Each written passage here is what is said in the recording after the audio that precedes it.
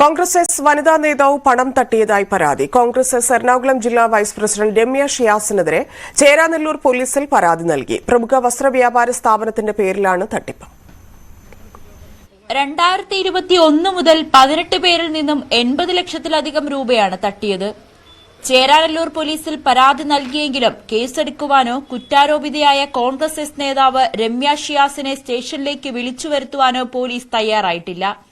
ഇതേ തുടർന്നാണ് ഇന്ന് പരാതിക്കാർ സംഘടിച്ച് സ്റ്റേഷനിലേക്ക് എത്തിയത്. പിന്നെയും വരട്ടി കാശ് തരാന്നും പറഞ്ഞ് വീണ്ടും ഞങ്ങൾ പൈസ ഇട്ട് കുറെ പേരിട്ടിട്ടുണ്ട്. അങ്ങനെ ഇട്ടതാണ് പൈസ ഇറക്കി തരാന്നും പറഞ്ഞു. പിന്നെ സ്വർണ്ണവും ഉണ്ട്. സ്വർണവും പണയം ഇവര് തരാന്നാ പറഞ്ഞ. മാർച്ചിൽ തരാന്ന് പറഞ്ഞിട്ട് മാർച്ചിൽ തന്നില്ല. അപ്പൊ ഞങ്ങൾ ആൾക്കാരോടൊക്കെ പറഞ്ഞപ്പോ അവർക്കും ഇതേപോലെ ചതിവ് പറ്റിയിട്ടുണ്ട്. അങ്ങനെ എല്ലാരും അകത്തുണ്ട്. പരാതി കൊടുത്തിട്ട് അവരെടുത്തില്ല. മാല, വള, മോതിരം 50,000 രൂപ ഇങ്ങനെ ബിസിനസിന് ഇടാനായിട്ട് എന്റെ മോളോട് പറഞ്ഞിട്ട് മോളാണ് എന്നോട് വന്ന് പറഞ്ഞ് അവരെ അടുത്ത് കൊണ്ടുപോയത്. അവര് മേടിച്ച് ഭാര്യയും ഭർത്താവും വന്നാണ് മേടിക്കണത്. എന്നിട്ടിപ്പോ ഭർത്താവ് പറഞ്ഞ അതൊക്കെ നുണ പറഞ്ഞ് വന്ന്.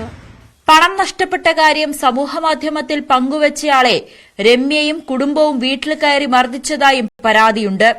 ട്രാൻസ്ജെൻഡർ വനിതയിൽ നിന്നും ലിംഗമാറ്റ ശസ്ത്രക്രിയ കഴിഞ്ഞ സമയത്ത് ബാങ്ക് അക്കൌണ്ടിൽ നിന്നും പണം തട്ടിയതായി കാട്ടിയും പോലീസിൽ പരാതി നൽകിയിട്ടുണ്ട്.